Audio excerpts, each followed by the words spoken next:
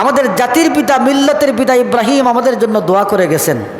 শুধু তার জন্য দোয়া করেন নাই, আমরা ইব্রাহিমের কাছে বড় ঋণী। তিনি যখনই তার জন্য দোয়া করেছেন তখন তার সন্তানদের জন্য কিয়ামতের আগ পর্যন্ত যত সন্তান আসবে সবার জন্য একসাথে দোয়া করে গেছেন। সুবহানাল্লাহ বলেন। আমি শান্তিতে থাকবো এটা নয়, আমার সন্তানগুলো যেন দুধে ভাতে থাকে, আমার সন্তানগুলো যেন কিয়ামত পর্যন্ত শিরক থেকে মুক্ত থাকে, এই দোয়া হযরত ইব্রাহিম শিক্ষা দিয়ে গেছেন। হযরত ইব্রাহিম আলাইহিস সালাম দোয়া করেছেন, ওয়াইজ ক্বালা ইব্রাহিম রাব্বি জাআল হাযা বালাদান আমিনা ওয়াজনুবনি ওয়া বানিয়া আন না'বুদাল আসনাম। হযরত ইব্রাহিম আলাইহিস সালাম দোয়া করেন, ওয়াইজ ক্বালা ইব্রাহিম, ইব্রাহিম বলেন, রাব্বি জাআল হাযা বালাদান আমিনা, হে আল্লাহ এই গোটা শহরকে আপনি নিরাপদ শহর করে দিন, মক্কা শহরটাকে দুনিয়ার সবচাইতে শান্তির শহর বানিয়ে দিন। সুবহানাল্লাহ বলেন। নিরাপদ শহর করে দিন। আর ওয়াজআলনি ওয়াজনুবনি ওয়া বানিয়া আন না'বুদাল আসনাম, আমাকে এবং আমার সন্তানগুলোকে আপনি মূর্তি পূজা থেকে বাঁচায় রাখুন। সুবহানাল্লাহ। আমাকেও মূর্তি পূজা থেকে বাঁচান, আমার সন্তানগুলোকেও মূর্তি পূজা থেকে বাঁচান।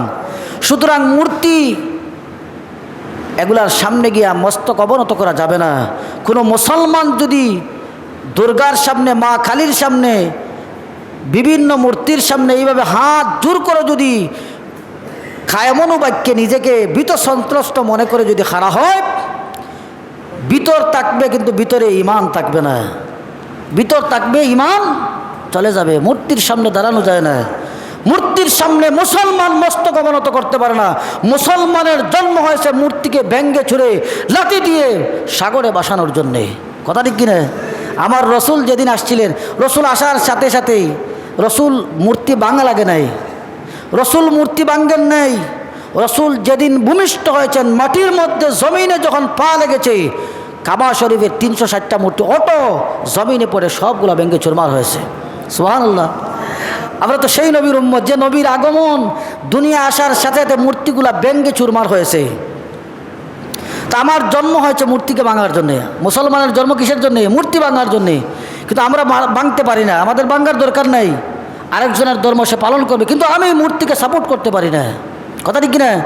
আমরা অনেক সময় সুশীল হইতে হইতে বুটল লাগে আমরা অনেক সময় বলি সব ধর্মের মানুষ আমার কাছে সমান। বলি না? বলি না? মানুষ সমান হতে পারে, সব ধর্ম আপনার কাছে সমান হতে পারে না।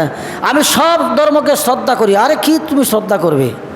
ইসলাম তো বলেছে ইন্নামাল মুশরিকুনা নাজাসুন, মুশরিকরা একেবারে জাতের নাফাক। নাফাককে তুমি আবার পছন্দ করবে কীভাবে, সাপোর্ট করবে কীভাবে? যে তোমার সামনে তোমার রবের বিরুদ্ধে আরও হাজার হাজার রব বানাইছে, তুমি বলো আমি সব ধর্মকে শ্রদ্ধা করি। নাউজুবিল্লাহ। কিসের শ্রদ্ধা? দুইটা বুটের লোভে। কিসের লোভে? বুটের লোভে। তোমার কাজ তো এটা নয়। আরেক ধর্মকে তুমি শ্রদ্ধা করো, তোমার কাজ হচ্ছে ওয়াকুনা দ্বীনু কুল্লুহু লিল্লাহ, গোটা দুনিয়া ইসলাম প্রতিষ্ঠা করা, লড়াই করা, জীবন দিয়ে যাওয়া।